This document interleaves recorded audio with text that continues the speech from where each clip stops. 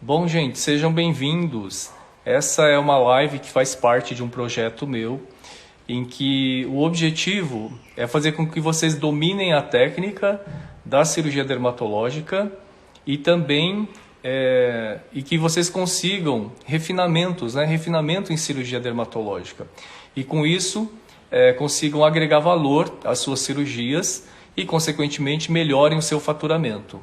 Então, para quem está me assistindo no gravado, essa é uma live desse projeto meu, cujo objetivo é fazer com que vocês dominem a técnica, refinamentos, aumentem o seu faturamento e agreguem muito valor às suas cirurgias. Esse é o meu objetivo. Então, da aula hoje é queloide e cicatriz hipertrófica. E como eu estava falando para vocês, qual médico não se deparou com essa situação de receber um paciente que tem um queloide, que tem uma cicatriz hipertrófica vindo de outro serviço, às vezes ele fez a cirurgia em outro local, ou o paciente que foi seu, que você fez a cirurgia dermatológica nele e a cicatriz não evoluiu muito bem, né?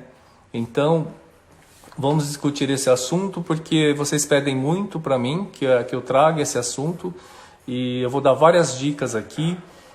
Muito do que eu vou falar aqui vocês não vão encontrar nos livros, nem artigos, porque na verdade eu estou trazendo aqui para vocês essa experiência minha, nesses 30 anos de formação, de como eu lido com essa situação desses pacientes com essas cicatrizes indesejadas, né? Então, vamos lá. Na verdade, o queloide e a cicatriz hipertrófica, eles acometem principalmente as pessoas de pele morena, um fototipo mais alto, né? Os orientais também. Mas isso não quer dizer que as pessoas brancas não possam ter. Eu já tive pacientes de pele de fototipo bem baixo, né?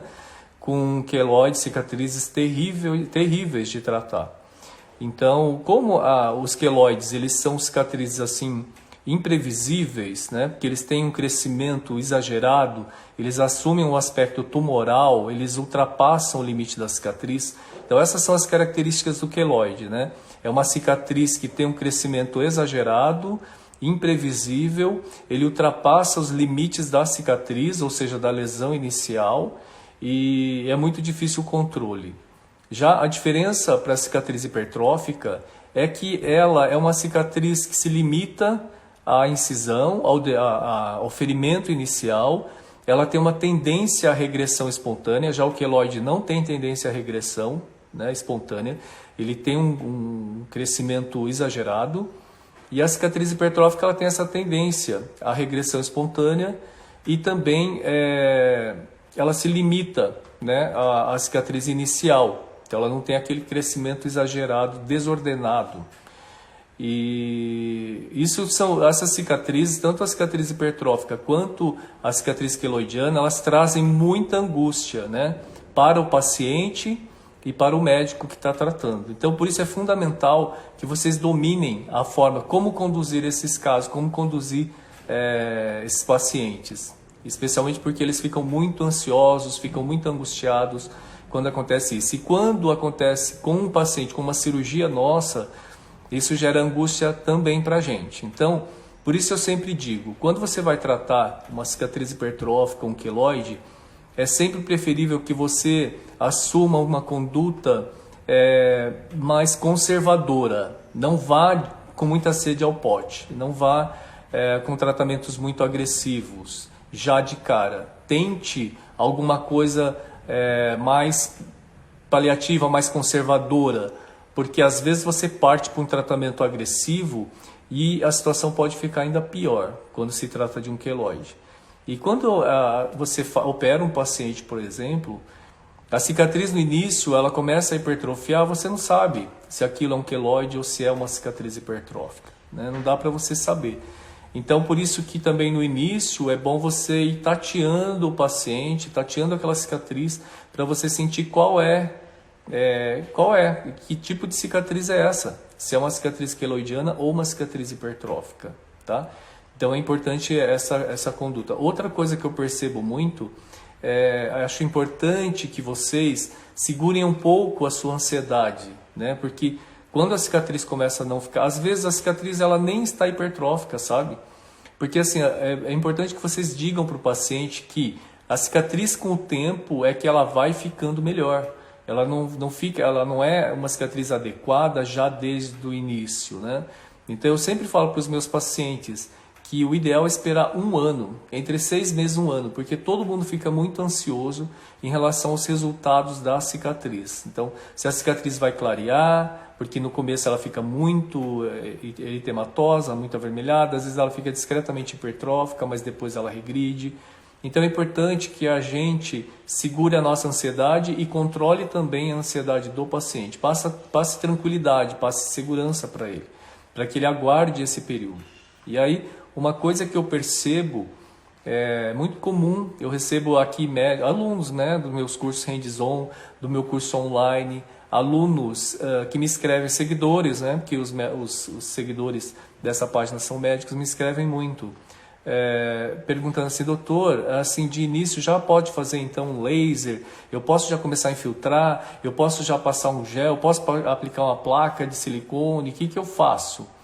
Muitas vezes essa ansiedade é do médico, sabe? De tentar resolver aquele problema, porque aquilo está incomodando ele também, né? De ver um resultado desse tipo. Mas é importante que vocês entendam que isso é natural, que a cicatriz no início ela não vai ser bonita. Ela vai ficar eritematosa, pode ficar um pouco elevada, e isso é natural. Às vezes ela fica um pouco enrugada, um pouco franzida, porque os tecidos ali que foram manipulados cirurgicamente, eles precisam de um período de maturação para que ocorra então o relaxamento daqueles tecidos, porque inicialmente vai haver uma fibrose local, uma retração cicatricial, e depois aquele tecido tende a relaxar com o tempo, né? Então é importante que vocês segurem a sua ansiedade e não transfiram essa ansiedade para o paciente, porque o paciente vai perceber, ele vai sentir, mesmo que você não diga, né? O seu corpo, a sua face, a sua fala vai transmitir isso para o paciente, ele vai perceber. E às vezes essa insegurança pode fazer com que o paciente ainda fique ansioso, ou fique mais ansioso. Então, a primeira dica que eu daria é, fique tranquila, fique calma, vai dar tudo certo. Existem várias armas para a gente tratar uma cicatriz hipertrófica ou queloidiana. E eu vou falar de todas essas armas aqui para vocês, mas na minha opinião existe uma sequência na utilização delas, né? E que eu acho que a gente não deve tomar nenhuma atitude intempestiva, nada muito desorganizado, meio desastrado. A primeira conduta que eu diria é assim, tenha calma, vai dar tudo certo, tá bom? Então a primeira conduta, quando uma cicatriz não está bacana, é você ter uma conduta expectante, uma conduta bem conservadora. Não comece já fazendo laser, já fazendo alguma aplicação, alguma injeção. Não, mantenha calma, vai ficar tudo bem, tá? E um outro detalhe que é super importante de vocês falarem para o paciente é, quando vocês operam o paciente, diga para ele assim, que a cicatriz, então, por exemplo, você operou o paciente, quais são as regiões mais frequentes de queloide e cicatriz hipertrófica? A região deltoide e a região pré-external. Então, você operou aquela região, já fala para o paciente, olha, essa é uma região péssima para cicatrização, viu? Eu vou deixar bonitinho aqui, mas provavelmente essa cicatriz não vai evoluir bem. É provável que ela fique mais grossa, é provável que ela não fique bacana, mas a gente vai cuidar direitinho dela, né? Porque você precisa tirar esse cisto. Esse cisto que você tem aí, se você não tirar, ele vai inflamar, ele vai crescer cada vez mais, ou esse lipoma.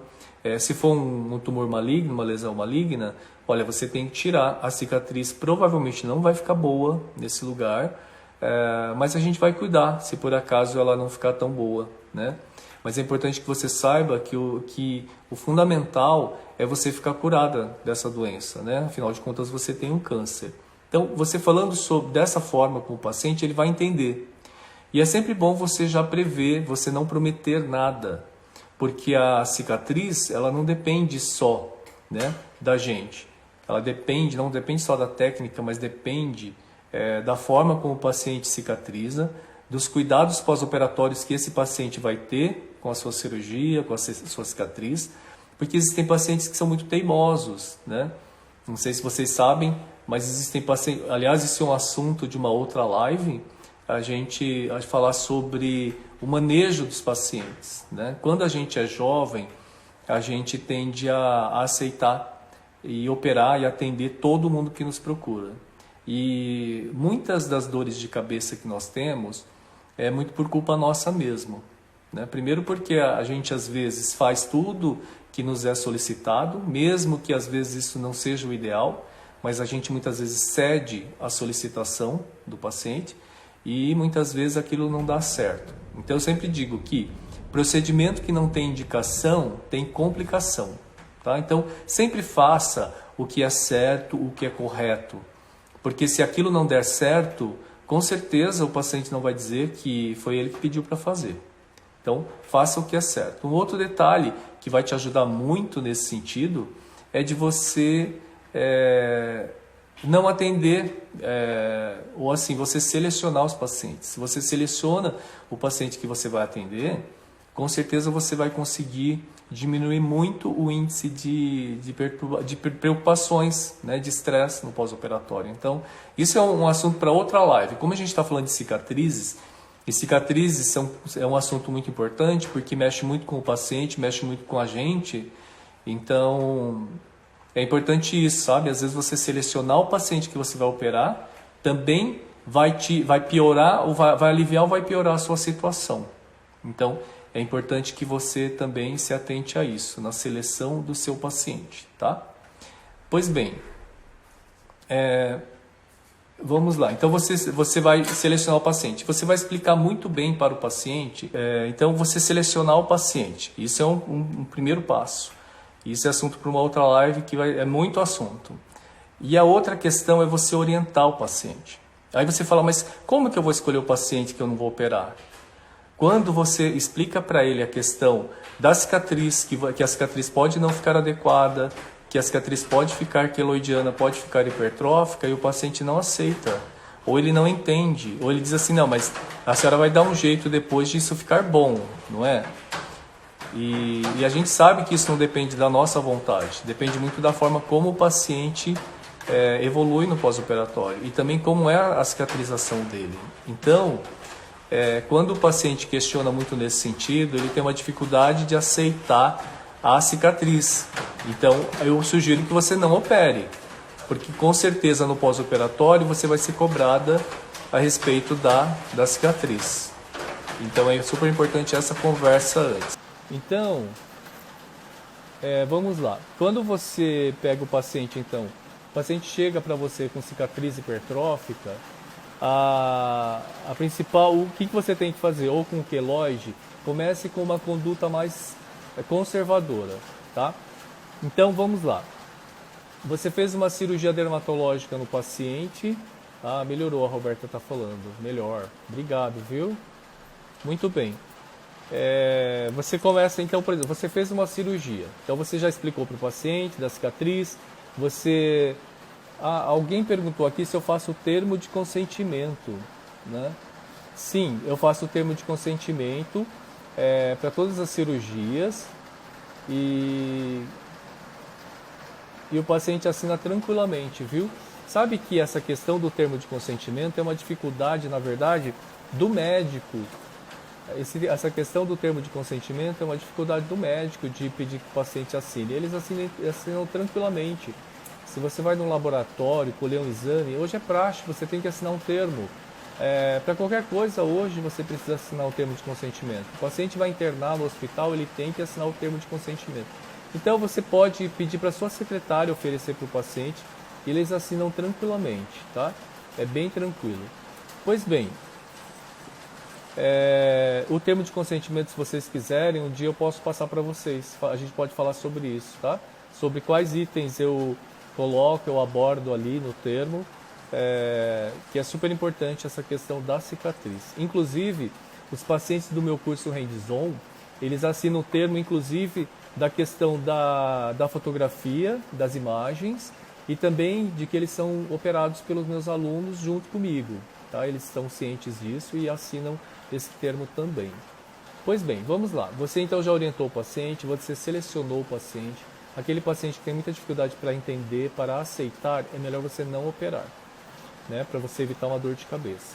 Então você fez lá a sua cirurgia, você tirou imagine que um cisto epidérmico aqui na região deltoide. Um outro detalhe que é importante dizer é, se o paciente fez, por exemplo, você tirou uma lesão na região dorsal. Quando você faz uma cirurgia bem na linha mediana, bem ali em cima da coluna, é melhor você fazer a incisão vertical. É claro que você vai ver aquele diagrama das linhas de Langers, que são as linhas de força, certo? E aí você vai se guiar, mas na linha média você vai fazer vertical. E nas demais regiões você tenta seguir ali as linhas de força, tá? Geralmente elas se distribuem assim na região dorsal. Mas o que acontece? A região dorsal ela é muito ruim para cicatrização, porque geralmente a cicatriz ela hipertrofia. Então, ela fica larga. Então, esse é outro detalhe, você precisa falar para o paciente, olha, essa cicatriz, eu vou tirar aqui esse cisto seu, mas a cicatriz vai ficar larga, provavelmente. Você orienta o paciente que na região lombar, região dorsal, a cicatriz vai alargar. Porque o paciente, toda vez que ele for abaixar, fazer um movimento, por exemplo, de abaixar, por exemplo, para fechar o sapato, amarrar o cadarço, vai haver uma tensão na linha de sutura. Então, provavelmente, a cicatriz na região dorsal, ela vai alargar, ela vai ficar mais larga. Então, é bom você já explicar isso para o paciente também. Então, olha, eu vou deixar bonitinha a sua cicatriz, mas provavelmente, com o tempo, ela vai abrir. Ah, vai abrir? Vai.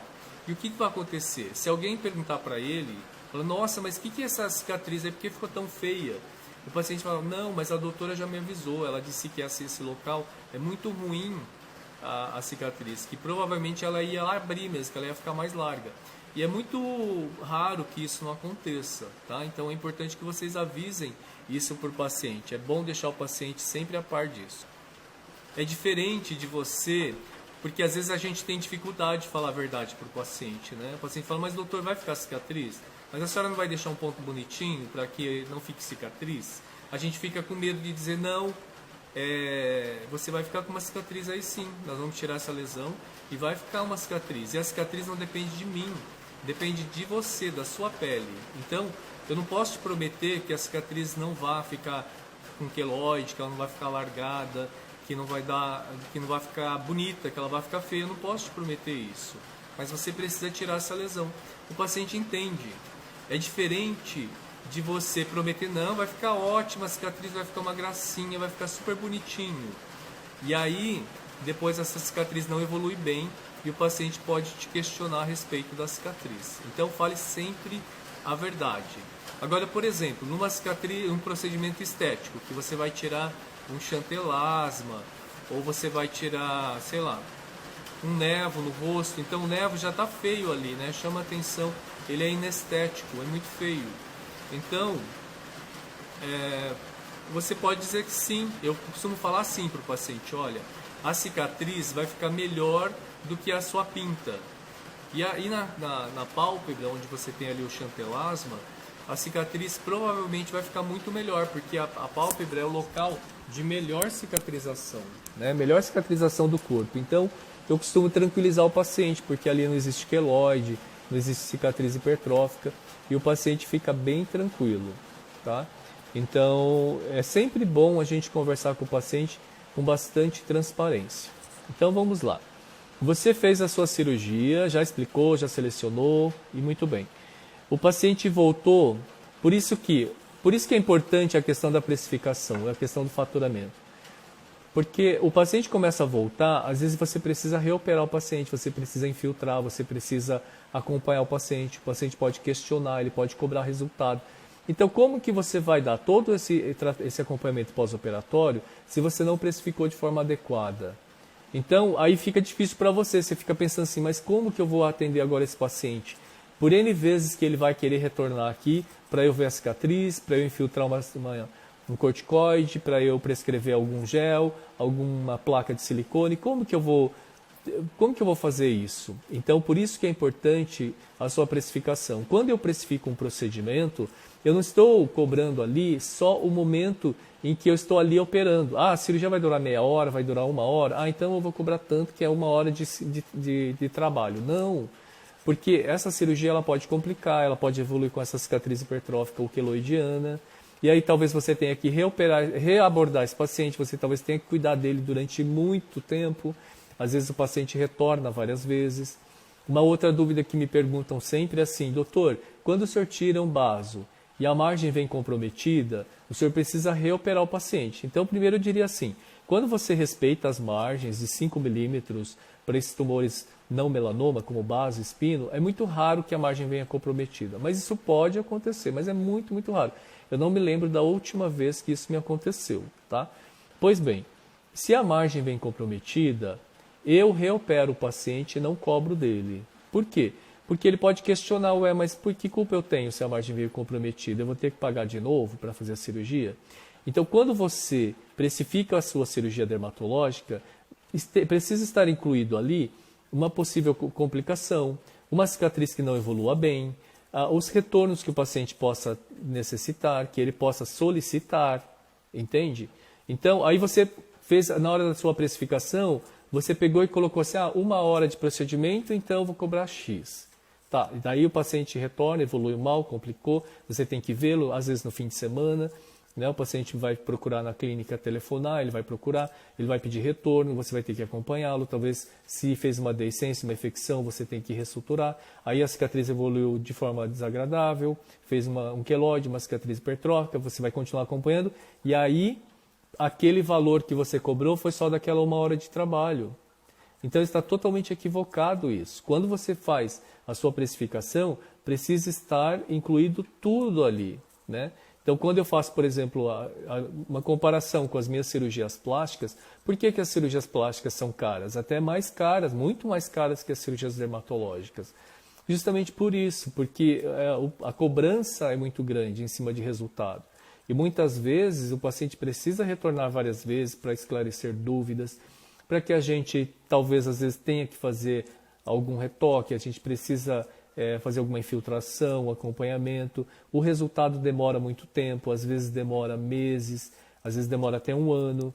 Então, outro detalhe é você dizer para o paciente que a cicatriz só fica boa em 6 meses, 1 ano. Então, não é assim, em 1 mês já vai ficar bacana. Não, vai demorar. E o paciente, às vezes, ele fica angustiado, ele pede retorno. Então, na sua precificação tem que estar tudo ali incluído. Por quê? Porque quando acontecer uma situação dessa, uma ampliação de margem, ou você tiver que infiltrar, você pode cobrar sim pela infiltração. Eu cobro sim, às vezes precisa infiltrar, mas às vezes eu preciso retocar a cicatriz, preciso refazer a cicatriz. Eu faço com a maior tranquilidade, porque já foi precificado de uma tal forma que vai cobrir, entende? Porque não são todos os pacientes, é uma minoria que vai precisar de uma reabordagem, de uma atenção maior, de retornos mais frequentes, né? É uma minoria. Então, como você já precificou de uma forma adequada todos os outros procedimentos, eles vão cobrir, entre aspas, esse, não sei como que eu vou te dizer, nem tenho uma palavra para dizer aqui, sabe? Esse trabalho a mais que você vai ter. Então, por isso que eu digo que a precificação também é uma forma de te dar tranquilidade, sabe? Para você não ter que ficar contando moeda na hora de atender o paciente. O paciente pediu um retorno, aí você tem que ficar calculando se aquele retorno poderia estar incluído ou não, se aquilo vai gerar vai onerar, né, no seu faturamento.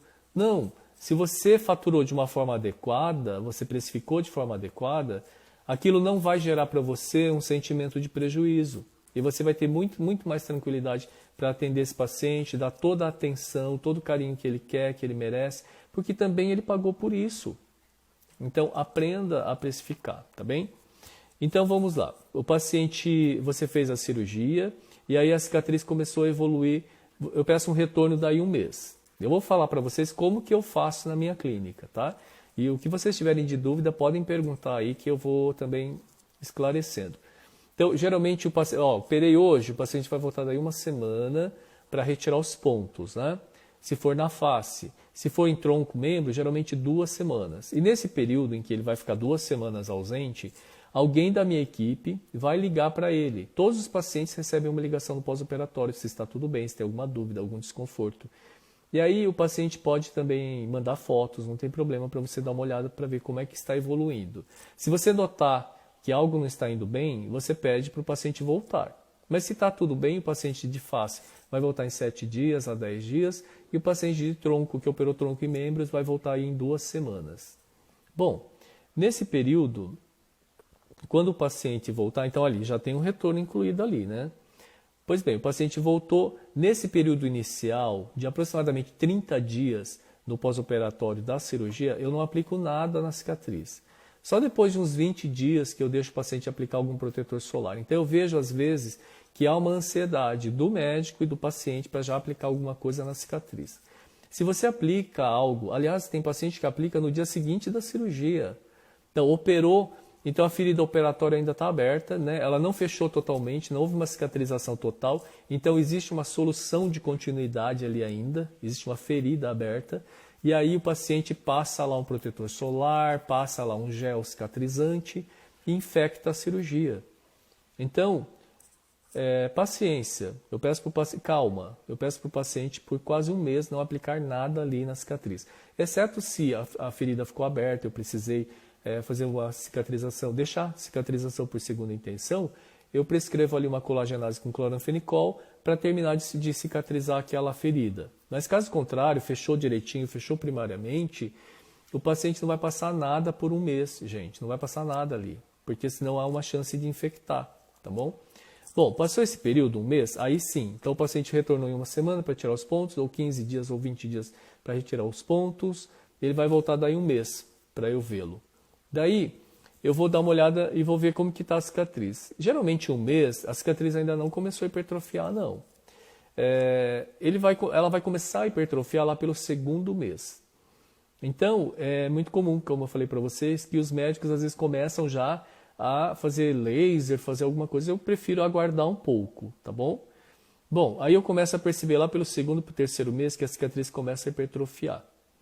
Olha, do ponto de vista histopatológico, não tem como você diferenciar a cicatriz hipertrófica da cicatriz queloidiana. E clinicamente, nessa fase inicial, também não tem como você diferenciar. Então, você tem que observar e ver como ele vai se comportar. Então, a gente começa tratando de forma conservadora e a gente observa depois. Pois bem, a primeira conduta é começar com gel. Sabe esses géis? O paciente vai massagear a cicatriz com gel. Pode ser o Schematics, o Kelocote. Eu gosto muito de Contractubex, porque vem uma quantidade maior. Porque o Schematics e o Kelocote são de silicone, eles são pequenos, às vezes acaba muito rápido, não é muito barato. E eu oriento o paciente a massagear vigorosamente. Eu tenho assim um pouco de dúvida se realmente é o gel que faz a ação ou se é a massagem. Porque a massagem ela tem um poder isquemiante, ela isquemia a cicatriz. E toda cicatriz que sofre uma pressão e uma isquemia por pressão, ela tende a regredir. Então, por isso que é importante, por isso que toda cicatriz, quando massageada, ela evolui melhor.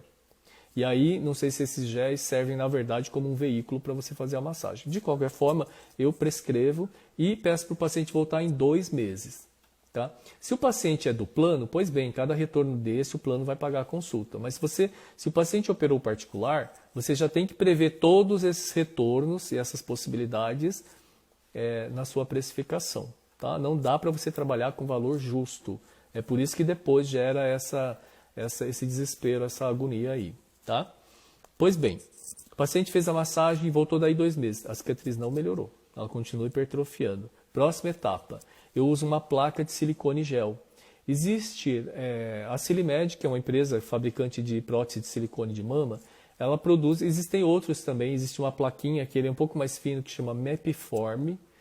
E a Silimed, eu gosto muito dessa placa, que se chama Medgel. É uma placa de silicone, ela tem aproximadamente uns 2, 3 milímetros. Ela é um gel, ela gruda. E ela tem várias apresentações, mas a que eu gosto mais é uma fita. Tá? São 2 fitas que vêm no pacote, 2 fitas de 30 centímetros por 2 centímetros, mais ou menos. E o paciente corta o pedaço que ele precisa, ele descola dali e ele coloca ali na cicatriz. E mantém ali todos os dias. Tá? Ele só vai retirar no banho. Então ele tira, lava aquela plaquinha e depois cola novamente. Tá? Você cola novamente a cicatriz, a placa de silicone. Você lavando essa plaquinha de silicone, ela não perde a aderência. Então o paciente pode lavar, colocar novamente, lava, coloca novamente. Só que depois de 30 dias, 20 e poucos dias, ela perde a cola. Tá? A Kelly diz que já usou essa placa em uma cicatriz. Ela serve muito bem, se utiliza muito também em cesariana, vai muito bem. Depois de 20, 30 dias, essa placa ela perde a cola. O que o paciente faz? Joga fora, corta o outro pedaço. Então, como são duas tiras de 30 centímetros, dá para usar muito tempo. Tá? Mesmo que depois você vá fazer outro tratamento, você vai fazer uma infiltração de corticoide, você pede para o paciente continuar usando essa placa. Todos esses nomes que eu estou falando aqui para vocês, eu não tenho nenhum conflito de interesse, tá, gente? Eu não ganho nada com isso. Eu só quero ajudar vocês e facilitar a vida de todos vocês, tá? Então, eu faço isso, peço para o paciente usar 2 meses, aí já não uso mais o gel. Por quê? Se você aplica o gel, você depois coloca a placa de silicone, a placa de silicone não vai aderir, ela não vai grudar no gel. Então, ou você usa o gel, fazendo a massagem, por isso que no início eu começo assim, e depois coloca ali a placa de silicone, se o paciente puder, usa dia e noite, 24 horas, só tira para lavar no banho e põe novamente, tá? Observa assim durante 2 meses. Pois bem, se essa era uma cicatriz hipertrófica, depois disso ela já vai ter uma evolução muito boa. Provavelmente nesse período, que já deu uns 2, 3 meses, ela já evoluiu muito bem. Você percebe nitidamente que ela começou a regredir, tá? E aí então você mantém assim, mantém essa placa e depois o paciente vai dizer que aquilo desapareceu, que a cicatriz evoluiu muito bem. Então aí, pronto, acabou por aí. Quando é um queloide, a história continua. O paciente volta e aquela cicatriz continua crescendo. A Marina perguntou, compra pela internet? Sim, compra pela internet. Chama Silimed, S-I-L-I-M-E-D. Tá? É uma fabricante, ela é brasileira, uma fabricante, uma das melhores do mundo. Ela exporta para 37 países. Né? Compra pela internet, viu? E não é muito, é bem barato isso daí. Oi, Elaine, tudo bem? Seja bem-vinda. Bom, o que vai acontecer? Passado esse período, se não melhorou, isso se trata de um queloide. O que você vai fazer? Você começa, aí sim eu começo já a infiltrar corticoide, tá? Por nada, Marina. Daí começa a infiltrar corticoide. Triancinolona. A triancinolona existe o Kenalog, né, na apresentação de 40 mg por ml. E você, na verdade, ele é um produto importado. Nessa pandemia, ninguém está conseguindo importar isso. Mas se você conseguir, eu geralmente peço para o paciente comprar. Ele vai, procura na internet e acha. Alguns pacientes acham, outros não acham. E a outra opção que a gente encontra aqui no Brasil é o Triancil, tá? Também é a triancinolona. E vai muito bem. Eu peço para o paciente comprar na farmácia ou você mesma compra. É bom você deixar no consultório, porque se o paciente vem na tua consulta, você já infiltra o corticoide que você já tem ali, porque aí evita o paciente ter que voltar no outro retorno e comprar o Triancil. Alguém perguntou aqui, Juliana perguntou, a fita de corticoide. Isso, exatamente. A Elaine, sim, a Silimed é uma fabricante de prótese de silicone de mama e ela vende essa plaquinha de silicone chamada Medgel. Tá? Existem vários formatos, mas eu gosto mais dessa tira. Para a cirurgia dermatológica, a que serve são 2 tiras de 30 centímetros por 2, que vem no pacote lá, é barato. Sim, a Juliana perguntou do corticoide, a fita. Sim, uso sim. Essa fita de corticoide você pode usar até antes da placa de silicone gel. Tá? É o Drenizon oclusivo, gente. Tá? Vocês prescrevam. Então pode usar. Então começa com o gel massageando e você pode prescrever para o paciente o Drenizon oclusivo. Ela é uma fita adesiva, é como Durex e a medicação está na cola. Você pede para o paciente cortar exatamente do tamanho da cicatriz e ele coloca ali. Ele não pode cortar, gente, um tamanho grande, porque daí faz efeito numa área grande, longe da cicatriz. E aí você sabe, né? Corticoide, vocês sabem melhor que eu. É o Drenizon oclusivo, Débora. Isso mesmo. Aí o que acontece?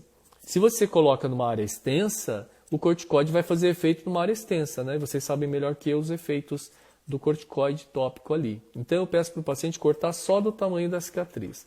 Mas tem um pulo do gato que eu faço, que é o seguinte. Tem gente que pede para o paciente retirar o Drenizon oclusivo todo dia.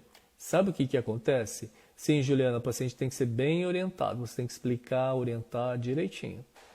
O que acontece? O pessoal pede para o paciente retirar a atrofia. Exatamente, Débora. Por isso, o efeito do corticoide tem que ser exatamente na cicatriz e não na pele sã. Né? O que acontece? Muitos médicos pedem para o paciente retirar todo o dia o drenizol oclusivo. Sabe o que acontece, gente? Machuca tudo. A pele fica toda machucada, toda ferida. Porque nesse movimento de retirar a fita adesiva, o drenizon, você retira a camada mais superficial, né? Você fica despelando ali as células epiteliais e acaba que fere tudo. Então, o que eu costumo orientar para o paciente? Eu deixo aquele drenizol oclusivo, deixo lá, porque além disso, dessa questão do corticoide que está na fita, na cola da fita, existe a questão também da pressão, da isquemia pela própria fita adesiva do drenizon. Eu peço para o paciente tirar a cada 2, 3 dias. E quando ele for remover, aquela fita já está praticamente solta. Então eu evito que a pele fique machucando, fique ferindo. Tá? Então o paciente coloca a fita adesiva e remove só a cada 2, 3 dias. Tá? Eu não deixo aquela fita muito tempo não. Pois bem, então assim, começou com a massagem, não evoluiu bem, vai para o drenizol oclusivo, pode ficar então o drenizol oclusivo 1 mês, 2 meses, 1 mês e meio. Não evoluiu bem. Placa de silicone gel, 1 mês, 2 meses. Não evoluiu bem. Vamos para a infiltração de corticoide, eu falei o Kenalog ou o Triancil, que você compra na farmácia, o Kenalog tem que comprar na importadora. Não, nessa pandemia ninguém está achando esse produto, essa medicação. E como que você vai fazer? Você vai perceber qual é a melhor forma, nas suas mãos, como é que aquilo funciona melhor. É melhor você diluir e vá devagar. Porque se você vai com muita sede ao pote, você pode causar uma atrofia. Depois vai ficar muito ruim a cicatriz. Né? Talvez você tenha que reoperar o paciente para corrigir aquela atrofia. Aí depois faz outro queloide. Tá? A beta-terapia. Né? A beta-terapia uso sim. E eu vou te falar em que momento. Tá bom? Vai ser a beta-terapia eu uso só no queloide. Pois bem. Dilua. No começo você vai ter dificuldade, mas dilua, use mais diluído, é melhor você repetir o procedimento do que você se arrepender do paciente voltar com aquela cicatriz deprimida, aquela cicatriz atrófica. Então, dilua 1:4, então, no início, para você ir sentindo, né? Mas eu gosto muito da diluição 1:1. Então, diluo, sei lá, meio ml de soro fisiológico com mais meio ml do Triancil. E injeto, o importante é injetar bem intralesional, né, gente? Não injetar subcutâneo. Então a agulha tem que entrar ali bem no queloide mesmo e você faz a infiltração. Como o queloide é uma cicatriz dolorida, né? O queloide geralmente é assim, ele coça, dói e pinica. Então é muito sensível o queloide. Então você vai fazer a infiltração intralesional, vai doer para chuchu. Então você pode aspirar um pouquinho de anestésico, ou você pode diluir no anestésico mesmo, meio ml de lidocaína com mais meio ml do Triancil, da triancinolona.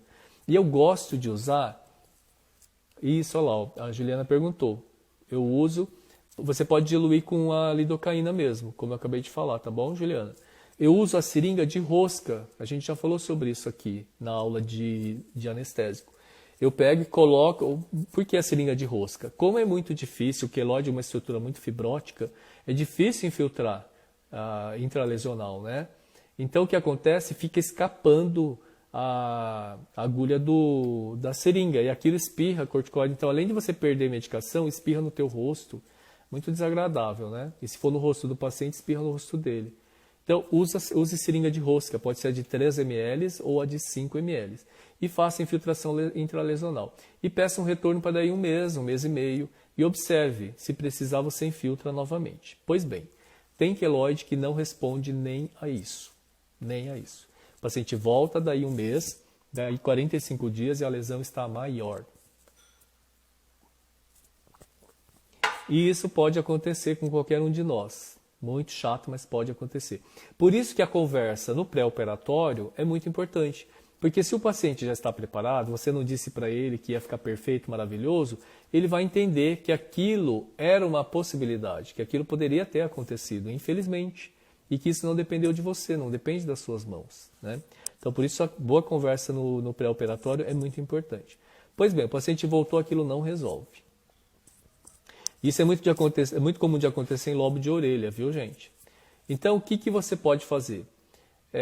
eu chego para o paciente e digo, olha, agora eu acho melhor a gente operar, tirar essa lesão, mas mesmo assim há uma possibilidade de voltar, de recidivar esse queloide, porque a sua pele ela cicatriza muito mal.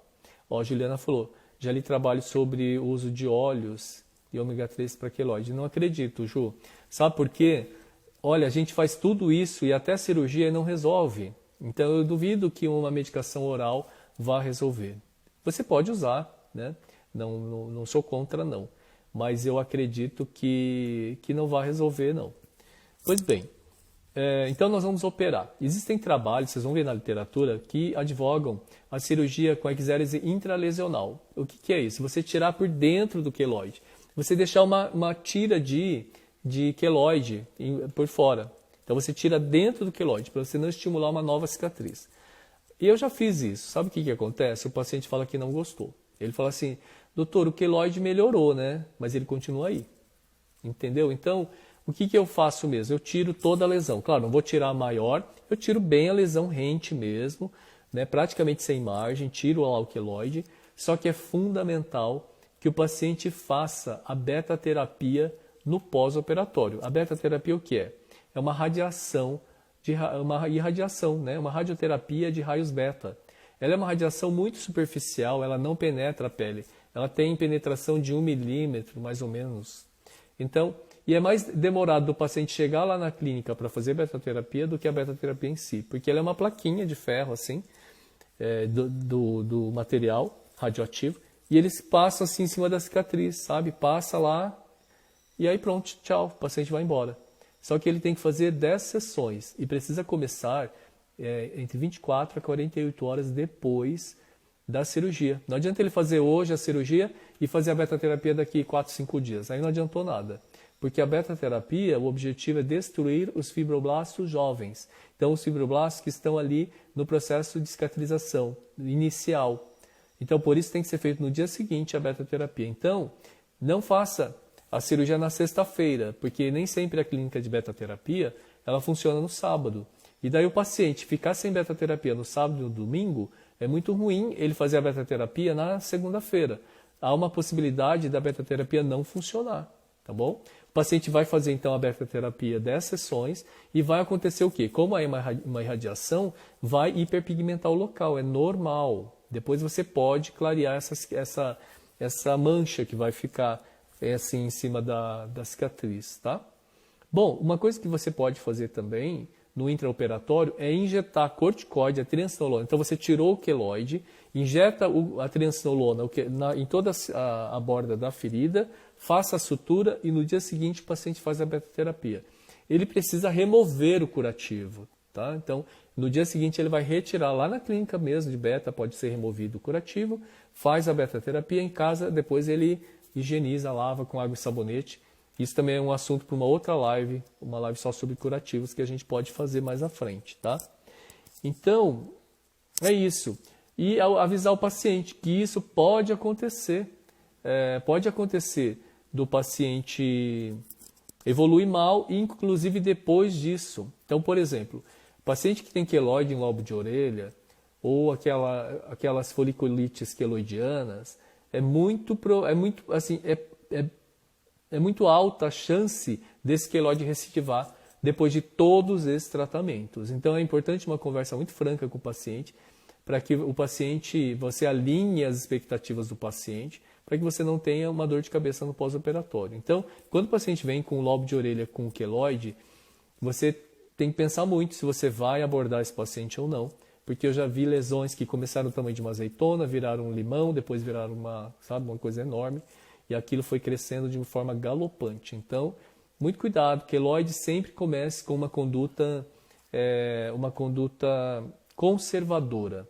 Uma outra forma, é que eu não tenho experiência, mas lá no serviço, onde eu fui preceptor durante 25 anos, no Padre Bento de Guarulhos, sul de São Paulo, o Dr. José Roberto Pegas, ele é cirurgião dermatológico, ele fazia muito crioterapia. Então, aqueles queloides que eram muito rebeldes, que não resolviam com nada, ele fazia criocirurgia. Tá? Eu não tenho experiência, mas eu sei que existem excelentes resultados. Então, quando você vê um queloide muito exuberante, às vezes vale a pena você fazer o tratamento com criocirurgia, tá? Com crioterapia.